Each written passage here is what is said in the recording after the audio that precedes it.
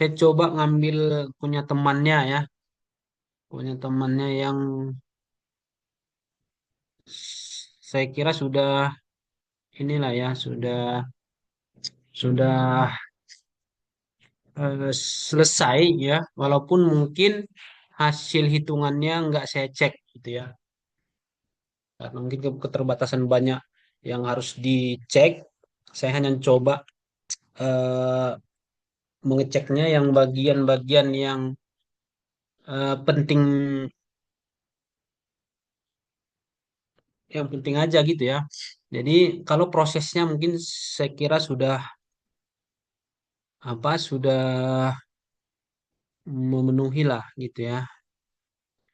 Jadi ini tugas besar beton ya. Nanti silahkan yang masih belum selesai nanti biar bisa dikerjakan. Jadi kita UAS dari Prodi saya dapat informasi tanggal UAS kita tanggal 13 ya, tanggal 13 bulan ini. Jadi harapannya tanggal sebelum hari tersebut ya, harapannya tugas sudah selesai semua. Jadi silahkan dikerjakan, diluangkan waktunya untuk menyelesaikan tugas besarnya ya. Karena kembali lagi saya sampaikan, tugas besar ini persyaratan untuk mengikuti UAS ya. Jadi kalau tidak selesai tugasnya ya dianggap tidak bisa mengikuti UAS ya. Kalau TB-nya tidak selesai ya. Jadi ini silahkan dimaksimalkan lah waktu yang tersisa ya. Kalau untuk TB bajanya kemarin sudah saya sampaikan juga cara penyelesaiannya ya. Kecuali bagi yang nggak hadir. Jadi kalau sudah saya sampaikan terus tidak hadir ya, terus mau gimana lagi ya. Yang penting saya sudah berusaha memfasilitasi lah ya, penyelesaian dari tugas besarnya ya. Oke, ini contoh punya temannya ya, si Pak Iwan. Nah, Pak Iwan. Nanti silahkan dicek hitung-hitungannya nanti yang keliru nanti bisa dikonsultasikan langsung ya. Oke, ini tugasnya ya. Sudah ada lebar dan lebar A, lebar B. Ini lebar C-nya. C ini 1,5 itu di bagian ini ya, selasar. Jadi ini kita asumsikan ini adalah ruangan sekolah lah intinya ya. Ruang belajarnya, kemudian ini selasarnya ya. Nah, ini selasarnya ini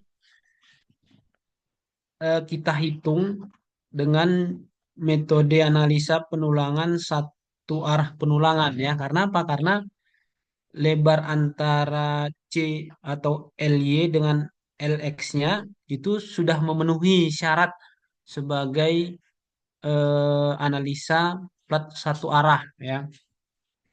Jadi ini nanti dihitung ada dua metode ya. Pertama adalah metode di bagian ruangan ini ya, ini menggunakan analisa tulangan dua arah ya, tulangan dua arah. Bentar ya, saya share tadi kayaknya. Nah, ini dua arah ya. Sedangkan untuk yang selasarnya nanti satu arah ya. Nah, untuk yang dua arah ini dan yang satu arah ini itu kedua-duanya dihitung arah tumpuan ya, area tumpuan dan area lapangan ya. Nah, jadi kalau untuk di bagian ruangan ini, nah ya, ini misalnya kita asumsikan di bagian yang di luar dalam kotak ini adalah bagian lapangan ya. Ini bagian lapangan arah penulangan arah X ya, dan ini adalah penulangan arah Y misalnya ya. Nah, nanti di mana tulangan yang eh, terbesar antara X atau Y itu aja yang digunakan. Jadi cukup dua yang dihitung. Yang pertama adalah penulangan tumpuan untuk ruangan dan penulangan untuk area lapangan ya. Dua dihitung. Nah, gitu juga dengan eh, analisa plat lantai satu arah ya. Ini juga nanti akan dihitung bagian tumpuan dan bagian lapangannya ya. Sini ya. Yang terpendek kita gunakan penulangan tuh arah terpendek ya. Atau bisa juga yang eh, ya terpendek aja kita gunakan ya penulang plat lantainya supaya nanti tidak mengalami lendutan yang lebih besar ya. Jadi area tulangan di bagian ini adalah bagian tumpuan area sini ya. Nah, nanti kalau kita kasih misalnya kotak itu ya, di dalam kotak ini adalah bagian lapangan dan bagian luar kotak ini adalah bagian tumpuannya ya. Oke, nanti tuh perhitungannya. Jadi nanti ada analisa perhitungan tulangannya ada empat ya. Ada empat. Pertama di sini di bagian ruangan ini bagian tumpuan satu, kemudian bagian lapangan dua. Di sini ketiganya bagian tumpuan tiga, bagian tumpuannya empat. Jadi ada empat perhitungan tulangannya ya. Tapi berbeda rumus atau berbeda metodenya antara dua arah maupun satu arah. Berbedanya hanya di koefisien momen ya. Hanya di situ aja perbedaannya ya. Jadi eh, ada kemarin jawaban mahasiswanya hanya satu dihitung, terus sudah mewakilin semuanya gitu ya. Sebenarnya kalau di dalam perencanaan boleh-boleh saja kita menggunakan seperti itu gitu ya. Kita menggunakan langsung kita gunakan yang maksimum gitu. Tapi kembali lagi itu kan boros tentunya gitu ya. Kita pukul rata semua di sini sama yang di sini gitu. Ya kalau kita eh, berapa namanya berdasarkan efisiensi ya pastinya berbeda antara tulangan yang di bagian sini ya dan di bagian sini ya. Lebih rapat mana? Ya umumnya lebih rapat yang di bagian ruangan sini gitu ya. Kenapa lebih rapat? Karena bentangnya lebih lebar gitu ya dibanding yang di sini. Di sini sebenarnya lebih jarak gitu ya. Lebih jarak tulangan. Karena apa di sini kan pendek bentangnya sehingga momennya juga rendah, kecil gitu sehingga eh, tulangan yang terpasang juga akan lebih jarak lah gitu ya, lebih efisien. Tetapi kalaupun kita misalnya nggak mau berbicara seperti itu ya kita ambil gunakan ini. Tapi di dalam pembelajaran kita di sini ya itu kita berbicara di lapangan nantinya pelaksanaan di lapangan gitu ya atau di perencanaan. Tapi dalam tahapan kita di contoh perhitungan ini ya eh, prosesnya kita gunakan yang prosedural lah gitu intinya supaya nanti kan dalam tahapan pembelajaran tentunya. Jadi itu juga kenapa saya buat di sini ada dua arah dan satu arah misalnya ya karena materi kita di dalam pertemuan ini kan berkaitan dengan membahas analisa tulangan plat lantai gitu ya. Sebenarnya masih banyak lagi sih materinya. Belum lagi kita berbicara ke desain penulangan pondasi misalnya ya. Kemudian eh, desain penulangan tangga ya. Jadi komponen-komponen struktur yang berkaitan dengan bangunan gedung lah. Sebenarnya antara beton satu dan beton dua itu sudah lengkap ininya analisis komponen ininya ya struktur bangunannya ya. Kalau di beton satu ada balok, kemudian ada kolom, kemudian di beton dua ini kita berbicara atau menganalisis plat lantai, kemudian tangga maupun penulangan plat eh, foot platnya atau pondasinya gitu. Eh, Target kita sebenarnya ideal kita, tapi saya pikir karena ini juga eh, apa istilahnya kesulitan bukan kesulitan ya istilahnya terlalu banyak anti materi tapi hanya terlewati seperti ya sudah kita maksimalkan dulu lah di eh, penulangan plat lantai ini untuk beton dua ini gitu. Yang penting eh, proses tahapan-tahapan penyelesaiannya kita sudah dapatkan lah intinya ya. Pertama yaitu mengklasifikasikan beban misalnya ya, kemudian menghitung beratnya beban, ya berat sendiri beban ya, Kalau kita di baja kemarin ada berat plat lantainya, kemudian ada berat dari aspalnya, kemudian ada berat eh, beban hidupnya dalam hal ini, misalnya beban truk gitu ya. Jadi prosesnya ya sama aja, intinya kurang lebih seperti itu ya. Bagaimana kita mengidentifikasi daripada beban-beban yang bekerja pada suatu struktur komponen struktur bangunan tersebut ya. Jadi ini di sini misalnya plat ya, di sini ada plat lantai. Makanya sebenarnya harus lengkap sebenarnya di sini ya. Tapi ya sudahlah, yang penting kita bisa memahaminya. Contoh misalnya di sini ya penyelesaiannya langsung aja ya. Nah, kita menghitung beban ini eh, dimensi dari strukturnya ya. Ya cukup lumayan ini lah ya. Ini cukup lumayan rapi lah ya. 6 600 600 150 gitu ya. Jadi sedikit inilah sedikit tugas-tugasnya sedikit dikerjakan lebih rapi lah. Jangan tarik garis coret-coretan gitu aja ya.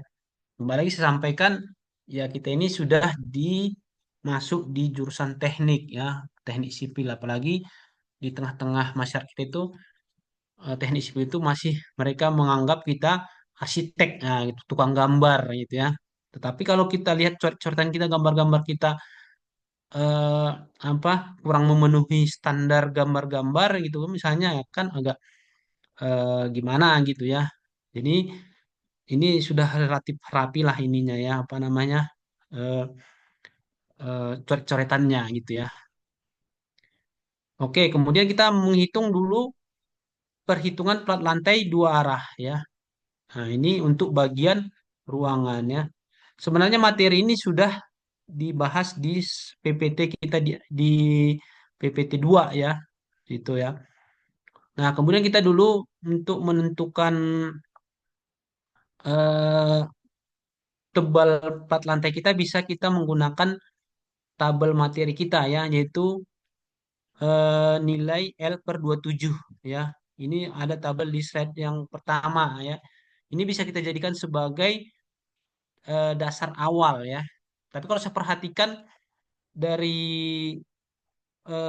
tabel tersebut ini terlalu tebal sebenarnya ya, terlalu tebal. Tapi tidak apa-apa ya untuk sebagai pembelajaran kita ya, karena endingnya nanti atau output hasil desain kita itu memang ya hasil dari perhitungan oke atau tidaknya, aman tidaknya gitu ya.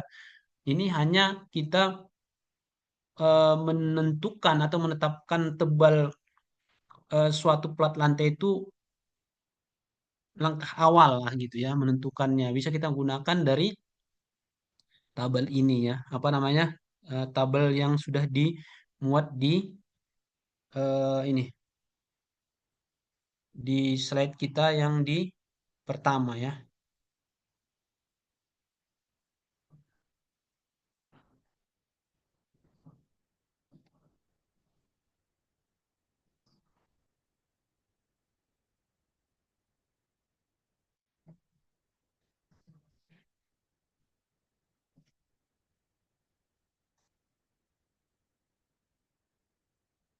Oh, bukan di pertama ya, yang di kedua ya. Coba kita cek lagi dua arah tabelnya ya kita cek.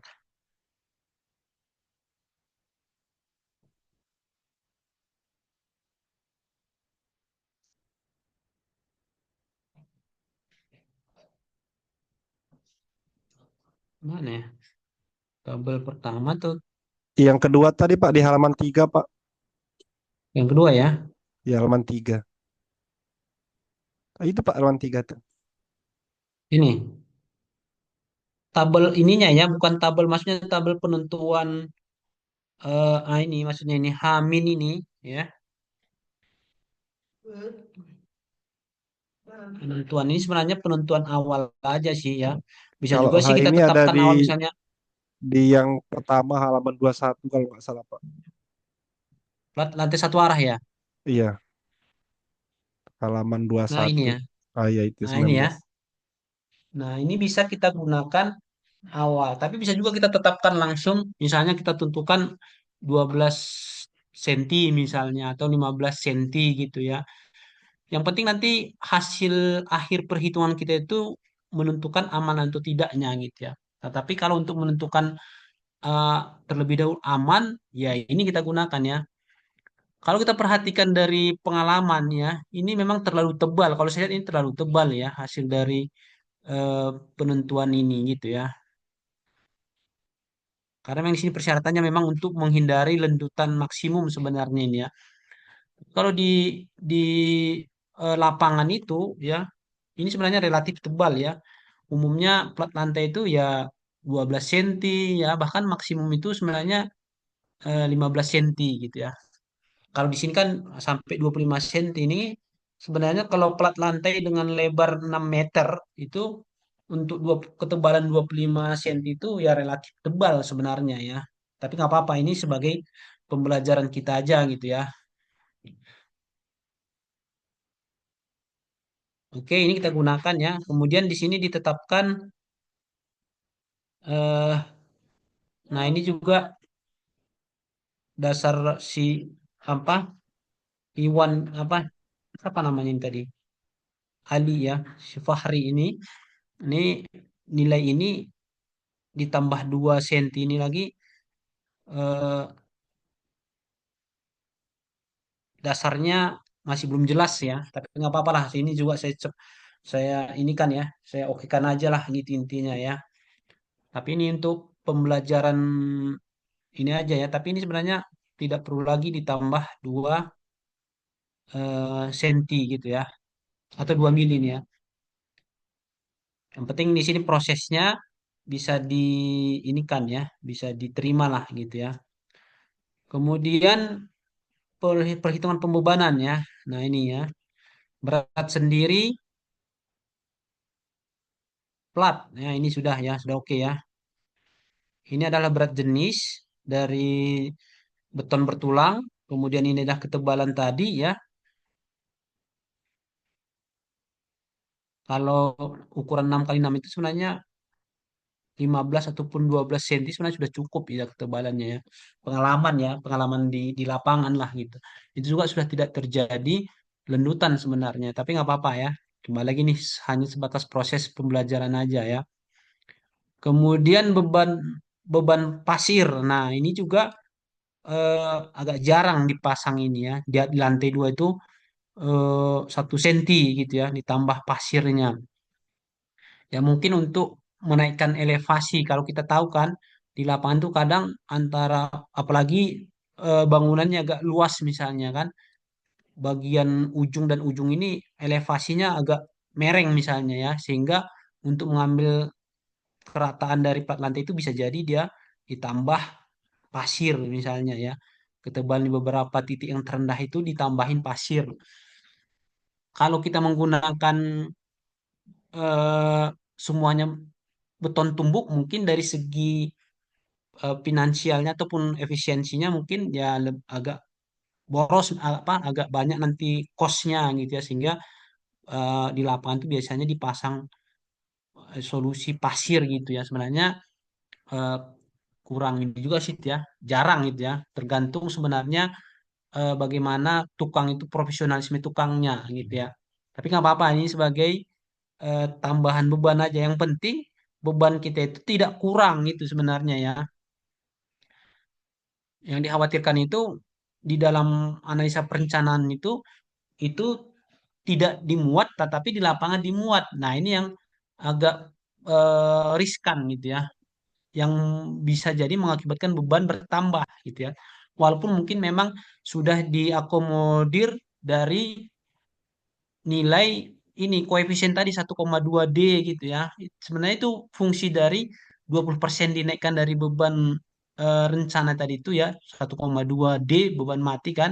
Kemudian 1,6 beban hidup itu sebenarnya untuk mengakomodir kelebihan-kelebihan beban yang tidak terduga gitu ya. Tapi nggak apa-apa ini ditambah ya. Ini juga oke sudah.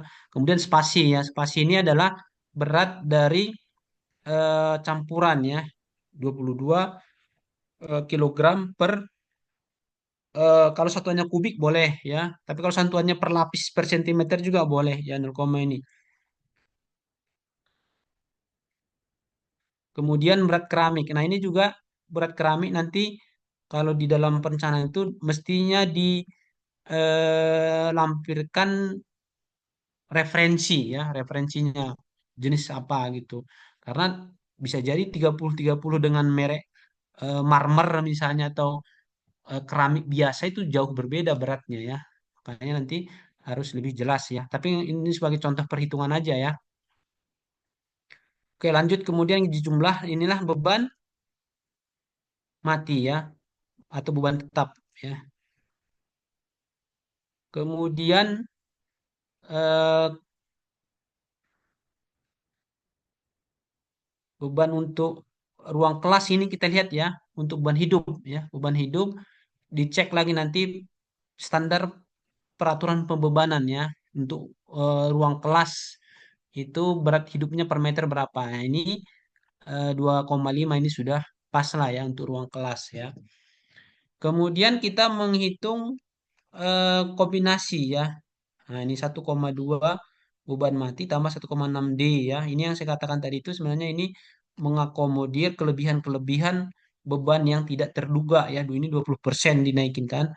Ya kadang di lapangan itu kita rencanakan 12 senti, ternyata bisa lebih, bisa 17, bahkan bisa apalagi sisa-sisa pengecoran yang mungkin yang tersisa itu kan bisa mengakibatkan bertambahnya ketebalan dari plat lantainya ya. Ya kadang di lapangan itu ada yang memang profesional, ada yang enggak juga gitu ya sehingga itu tadi mengakomodir dari kelebihan-kelebihan beban tadi ya. Ini makanya ini 20% dinaikin kemudian 60% untuk beban hidupnya ya. Kemudian dapat berat beban per meternya adalah 1,33 ton ya.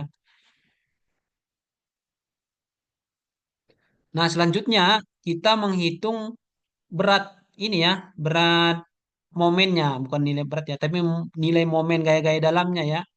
Nah, ini kita bisa menggunakan eh, koefisien momen ya. Ini yang saya katakan tadi berbedanya kita antara satu arah dan dua arah ya. Nah, kalau untuk dua arah berarti kita menggunakan koefisien momen ini ya. Nah, ini ya. Kita asumsikan ini semua sisi-sisinya terjepit ya. Sisinya terjepit. Terjepit inilah ya, terjepit. Ada kemarin pertanyaan, Pak, apa perbedaan jepit sempurna dan jepit elastis? Nah, ini ya. Jadi kalau jepit sempurna itu sebenarnya ini di posisi plat lantai yang tidak bergoyang portal gitu ya. Misalnya tidak portal dia ya. Misalnya di plat eh, jembatan misalnya itu di ketika dicor di bagian balok-baloknya ya, apalagi baloknya relatif besar dan kaku, maka itu terkategori dengan jepit sempurna ya, jepit apa namanya jepit sempurna. Tetapi ketika disebutkan di situ ada perbedaan jepit elastis, nah ini ketika portal bergoyang lah misalnya, apalagi di lantai sampai lantainya lantai ada 4, 5 misalnya kan. Nah, kemudian plat lantai itu ditumpu di balok-balok di sini ya. Sehingga ini sebenarnya ini bisa balok ini bisa melendut, kemudian bisa eh, tertarik dia ke kiri ke kanan akibat beban yang bekerja sehingga itu disebut jepit elastis ya. Bisa perubahan-perubahan pergerakan pada baloknya gitu ya. Lebih dekat ke jepit elastis lah, ada perubahan di baloknya atau di tumpuannya karena balok di sini ada sebagai tumpuan. Nah, ada perubahan-perubahan kondisi pada baloknya bisa melendut ya, bisa tertarik akibat lendutan pada plat lantai sehingga dia tertarik misalnya sehingga ini disebut atau lebih berperilaku ke jepit elastis sebenarnya.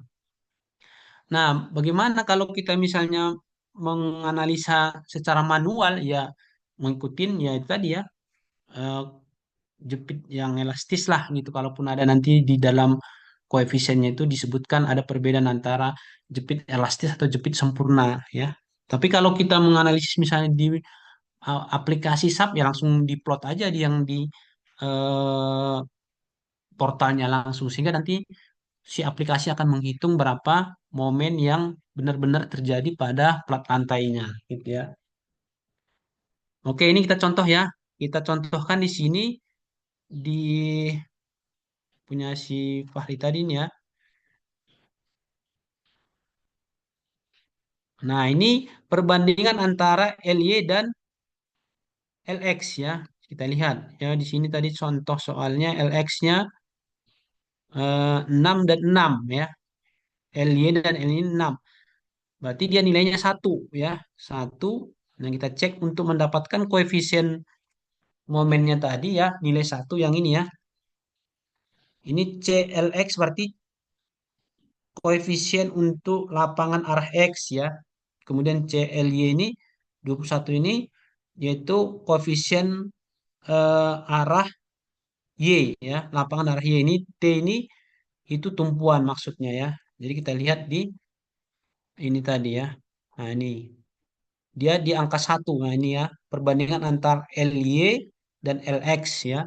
Karena lebarnya tadi arah X 6, arah Y juga 6, jadi LY per LX itu sama dengan 6 per 6 1. Sehingga di sini nanti koefisien yang kita lihat. Nah, ini ya.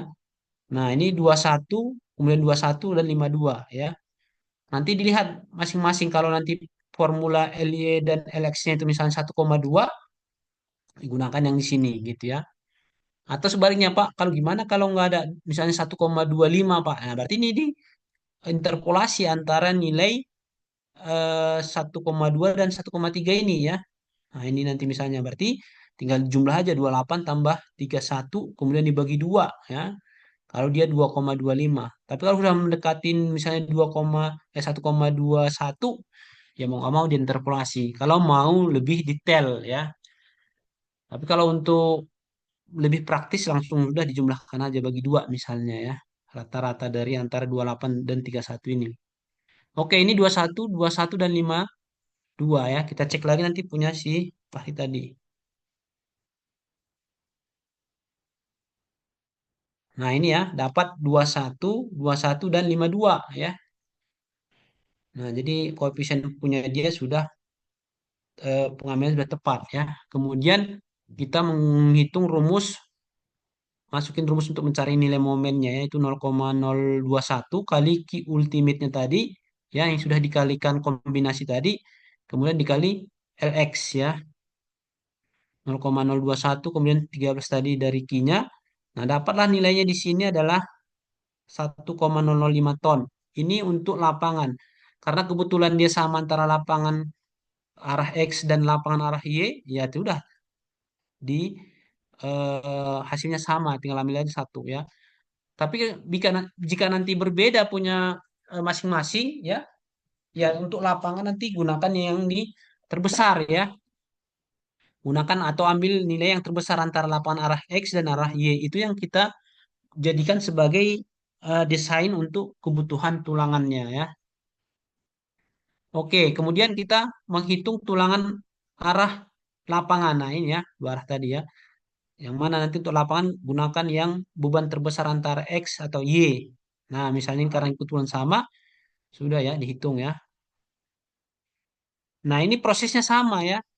Eh, untuk satu arah maupun dua arah, batas ininya ya di sini aja ya. Perbedaannya di sini ya.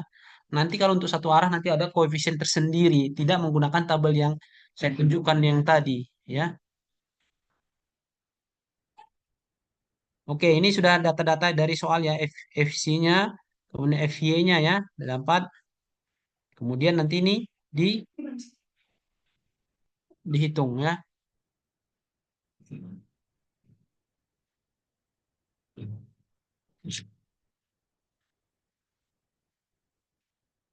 Oke, ini nilai DX dan DY-nya ya. Kenapa ini berbeda antara DY dan DX-nya ya? Ini karena eh, tulangan kita itu berlapis ya. Ini lapisan yang di bawah misalnya. Kemudian arah Y ya. Kemudian arah tuh ini tulangan arah X-nya ya. Sehingga nilai D-nya juga berbeda ya. DY dan X ini sama ya. Apa berbeda ya? Karena apa? Posisi di sini ya ini ada tulangan di sini di bagian atasnya. Ini bagian arah X, ini bagian arah Y ke sana lah maksudnya ya, ke arah sana, ke arah samping sana gitu ya. Sehingga nanti nilainya berbeda ya. Oke, udah dapat ya. Kemudian tinggal dihitung ya nilai row balance-nya, rumusnya sudah jelas ya, sudah dapat di eh, slide kita ya. Baik itu tumpuan arah satu maupun dua arah ya sama aja ini ya menghitung row balance-nya ya. Kemudian row maksimumnya dihitung sudah dapat row balance-nya, maka digunakan row maksimumnya itu adalah 0,75 dikali dengan row balance-nya ya. Itu batasnya sehingga batas penulangan itu eh, dibatasin ya ini row minimum ya, ini row maksimum ya.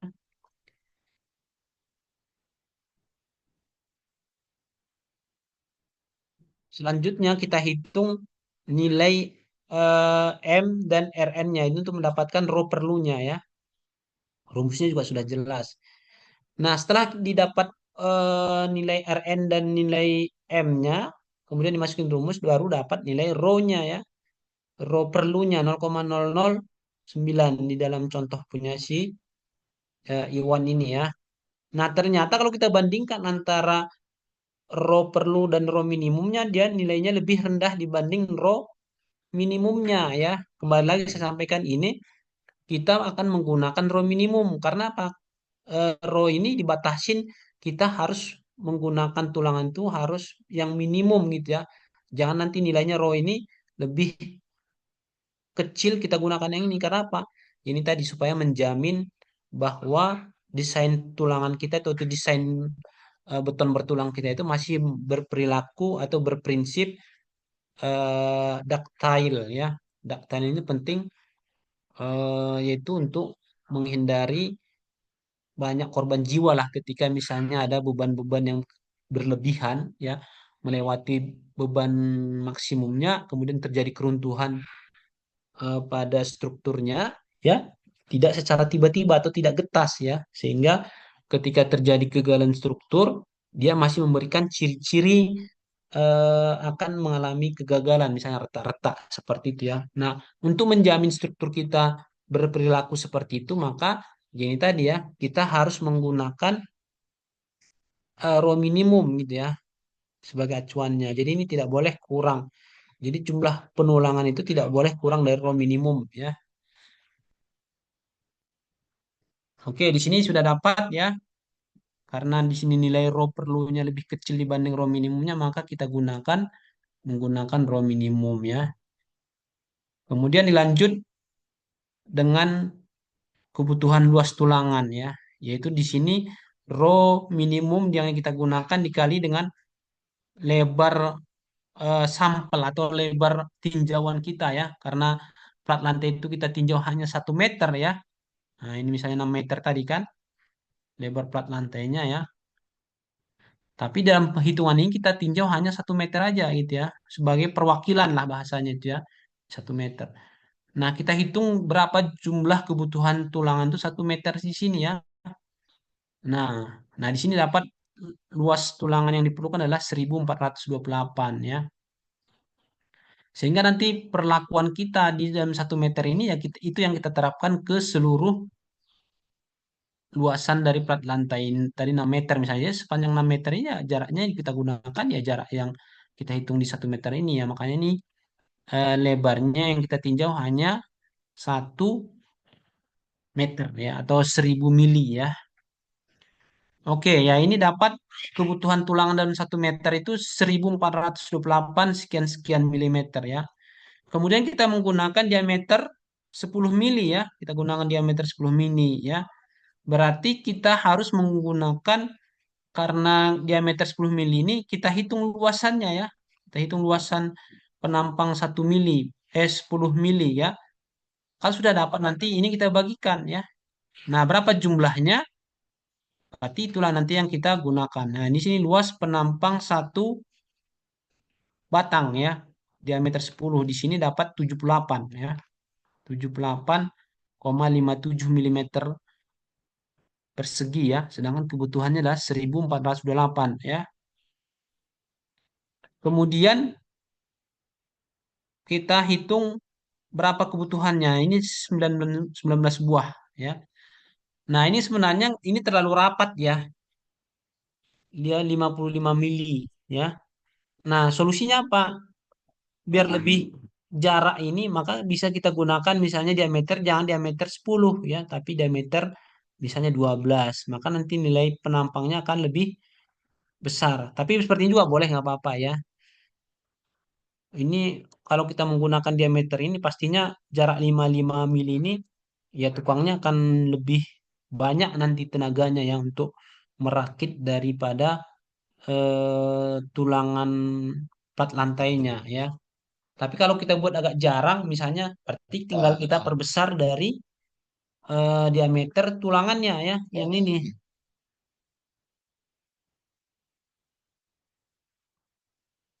diameter 12 ya kalaupun ini. Tapi nggak apa-apa kita menggunakan yang seperti ini ya. Nah, untuk mengetahui berapa jaraknya ya ini tadi ya, jumlahnya 19 buah ya. Kemudian kita bagi dengan jarak 1000 ya. Berarti jaraknya 5,5 mili ya. Oke, ini untuk penulangan untuk daerah atau area lapangan tadi ya. Kita cek lagi sini tadi lapangan ya. Nah, ini daerah lapangan. Sekarang kita menggunakan area tumpuan ya. Ini area arah tumpuan ya.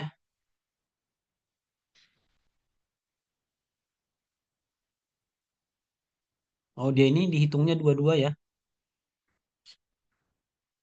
Area tumpuan arah X lengkap dibuatnya yang apa-apa kalaupun buat kayak gitu. Tapi eh, untuk nanti pengerjaannya boleh hanya satu aja untuk daerah lapangan ya. Tidak perlu dihitung lain arah X dan arah Y. Tapi dengan catatan dia gunakan yang paling besar. Nah, kalau dihitung lagi nih arah eh, arah Y ini pasti sama aja hasilnya ya. Arah Y apalagi momennya juga sama momen dari ini nilainya ya. Jadi hasilnya juga hitungannya pasti sama ini ya. Pasti sama mestinya seperti itu ya. 1730 ya.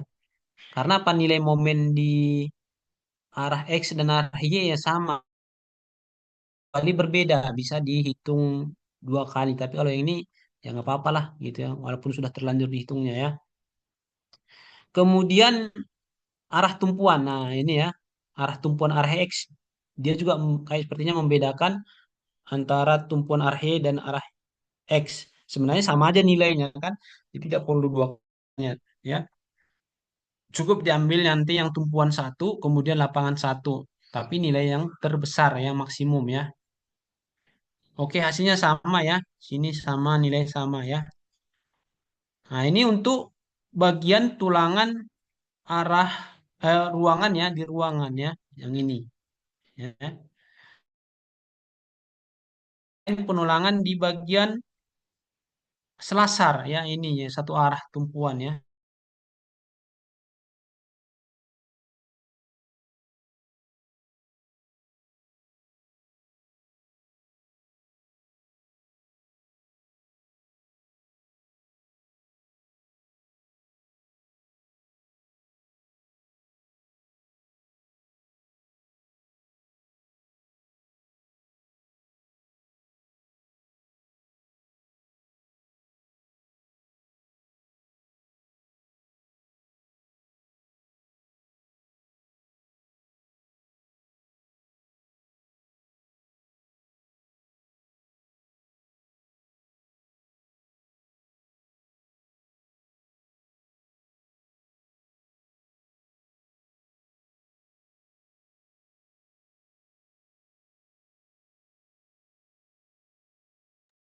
Hilang bapaknya.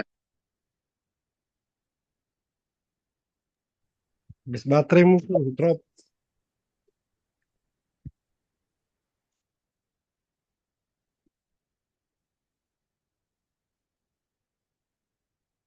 Jurusan lain ya, jurusan mahasiswa lain lah intinya gitu. Oke, ada yang didiskusikan sebelum kita tutup mungkin ya. Ini sudah masuk sampai 1 jam rasanya sudah ya. Kira-kira Pak, sebelum kita izin Pak, tutup, ada tanya yang lagi Pak. ya, gimana?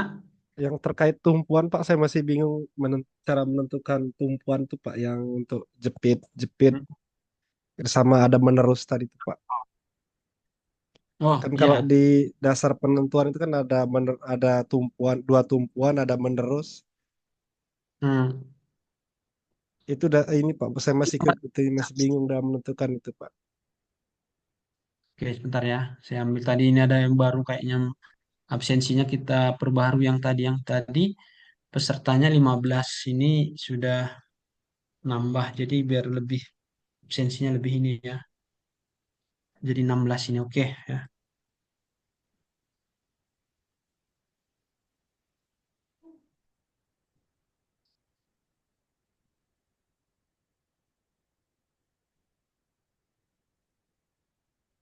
Ini tadi ya.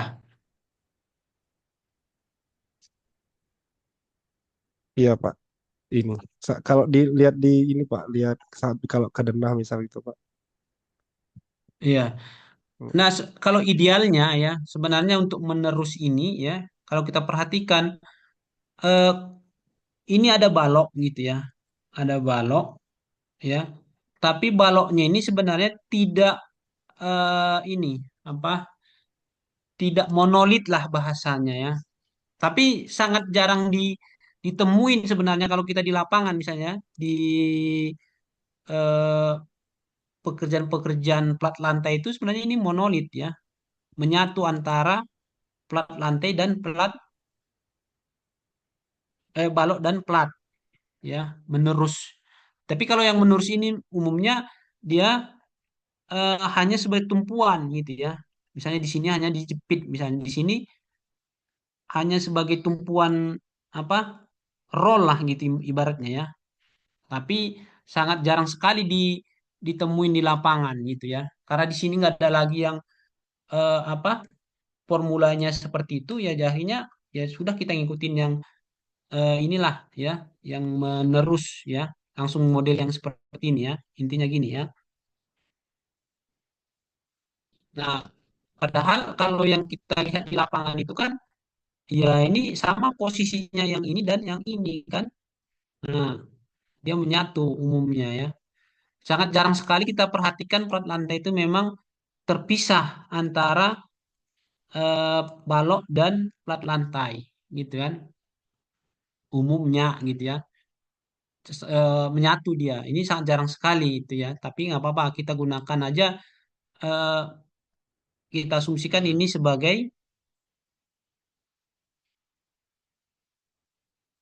plat ini apa plat menyatu monolit lah gitu ya kita gunakan rumus ini gitu tapi kalau di lapangan itu ya menyatu umumnya ya monolit karena apalagi tulangan tulangan balok dan plat lantai itu dia menyatu ya misalnya gitu gini. Nah, kan ini tulangan baloknya ya, tulangan baloknya. Kemudian ini tulangan plat lantainya ya. Jadi memang ini monolit sekali menyatu. Ada nggak yang tidak monolit? Sebenarnya bisa, bisa kita desain sebenarnya ya. Contohnya seperti apa? Nah, ini kan ini plat lantai, kemudian ini balok misalnya ya. Tapi jarang sekali digunakan. Sehingga balok itu kita gunakan di gini ya. Tulangan baloknya di bagian nggak sampai ke bagian atas ya. Nah, tulangan plat lantainya terpisah dengan tulangan ini, tulangan baloknya ya. Terus bagaimana kita mengikatkan antara plat lantai dan balok ini? Sebenarnya biasa aja dipasang ini angkur gitu aja satu ini ya. Satu satu biji dalam jarak-jarak tertentu misalnya sehingga ini berperilaku ya bukan jepit tapi dia sendi atau roll bergeser ke sana kemarin ya. Ini sebenarnya plat deker ini biasanya kalau di mana di plat box-box kecil gitu ya di misalnya jembatan-jembatan eh, pendek gitu yang ini bisa kita gunakan seperti ini gitu ya. Jadi dia tidak menyatu antara plat lantainya dan baloknya seperti ini. Jadi untuk biar nggak bergeser di sini ya tinggal dipasang aja satu angkur misalnya di sini potongan-potongan besi lah misalnya diameter berapa gitu dengan jarak-jarak dipasang jarak-jarak berapa sehingga ini berlaku bisa bergerak gitu ya, bisa bergerak ya. Tapi karena di sini nggak ada lagi pilihan yang lain ya, dia diasumsikan dia menerus seperti ini ya akhirnya ya nggak apa-apa lah kita menggunakan seperti ini. Nanti bisa kalau kita bisa sub misalnya ya, sub 2000 coba nanti bisa dibuktikan ya. Maksudnya kita bisa mengkritisin gitu ya. Kita coba menggunakan koefisien ini dan kita buktikan di sub. Kalau dia selisihnya yang jauh ya berarti bisa kita mengkritisi ini sebenarnya tidak aktual gitu intinya gitu ya. Tidak aktual ya. Ini memang belum pernah saya coba gitu ya kalau kita modelkan di sub gitu. Kemudian di sini kita jepit, di sini jepit, kemudian di sini kita buat roll ya. Kita buat roll gimana hasilnya apa mendekati memang momennya nanti di sini sama 1/10 atau 1/16. Nah, gitu. Mungkin gitu-gitu kira-kira ya Pak Firdiansyah. Atau ada lagi yang perlu diinikan? Siap, terima kasih Pak. Kalau kita lihat memang nggak ada lagi nih apa formulanya di ini ya. Izin Atau Pak kita kalau coba ini ya apa namanya? Kita lihat lagi di apa di di mana? tadi kan ada Bapak sempat nyinggung ini Pak yang perhitungan Hmm. untuk ke pondasi. Kalau ada materinya Pak buat bahan baca-baca Pak, kalaupun nggak bisa belum nggak sempat dipaparkan Pak, di share di grup juga Pak. Oke, nanti saya kirimkan ini aja ya, aplikasi Excel ya, yang saya gunakan biasanya untuk menghitung pondasi di beberapa yang proyek yang pernah saya tangani. Umumnya saya menggunakan itu, nanti saya kirimkan di grup ya. Siap, makasih Pak.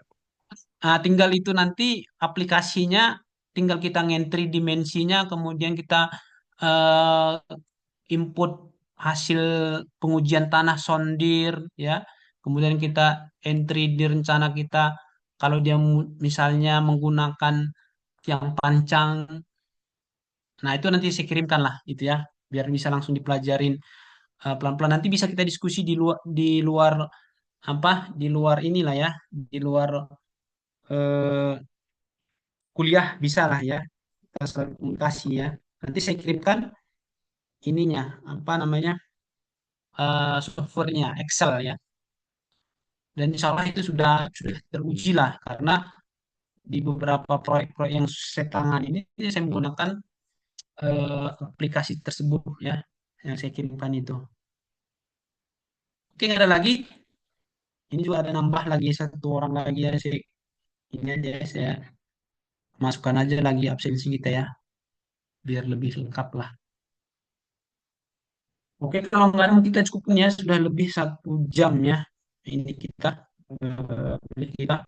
Jadi harapan kemarin saya ingatkan tugas besarnya segera diselesaikan lah ya. Karena itu administrasi ya. Jadi nggak bisa saya nanti apa namanya me- meluluskan tanpa ada ini ya tugas besarnya tadi itu nanti menjadi eh, apa bahan ini ke yang lain takutnya nanti seperti itu ya sehingga mau tidak mau memang kita prosedural perkuliahan kita jalankan sesuai dengan inilah ya aturan lah maksudnya tugas besar sebagai persyaratan mengikuti UAS ya mau tidak mau dikerjakan lah. Jadi artinya ini ada sekitar 8 hari lagi sebelum kita UAS.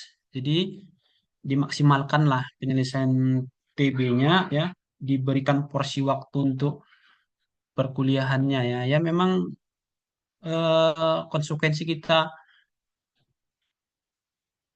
kuliah ya memang kayak gitulah ya, sambil kerja, sambil kuliah ya mau tidak mau memang waktu-waktu kita lebih tersita ke banyak hal jadinya ya, ya itulah. Tapi beberapa waktu aja kan, paling setahun 2 tahun ini aja yang lebih ekstra lah waktunya, mungkin diatur lagi lah ya. Kira-kira nggak ada lagi kita cukupkan. Kalau nggak ada lagi, jadi kembali lagi tugas besarnya diselesaikan ya. Jadi saya juga nggak inilah ya, secepatnya ya. Kalau tidak sangat sibuk sekali, ya saya usahakan langsung saya respon ya, saya cek ya. Mungkin itu Siap. kalau nggak ada lagi kita cukupkan. Assalamualaikum warahmatullahi wabarakatuh. Waalaikumsalam Selamat sore. warahmatullahi wabarakatuh. Makasih Pak. Terima kasih, Pak. Terima kasih, Langsung Pak. keluar Bapak.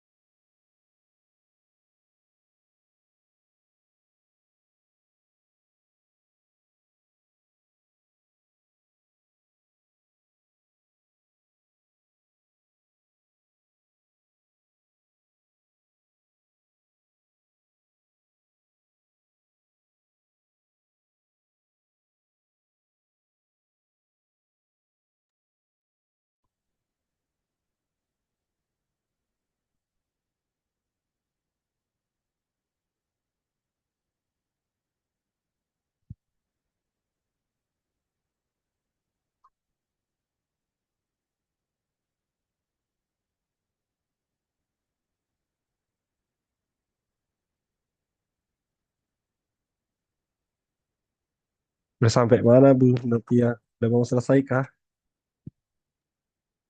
Masih berlanjut, Pak Firdi. Sambung, fondasi ini, Pak Firdi. Oh iya ya, kita pondasi juga ya, ya udah dikirim Iya, oke. Pak Firdi bisa minta tolong lagi rekaman yang fondasi, Pak Firdi. Saya nggak punya itu. pondasi. Coba nanti saya cek ya, ada apa enggak. Semoga ada, Pak ya. Oke, Ya, siap. makasih Pak Firdi. Ayo, ayo sama-sama.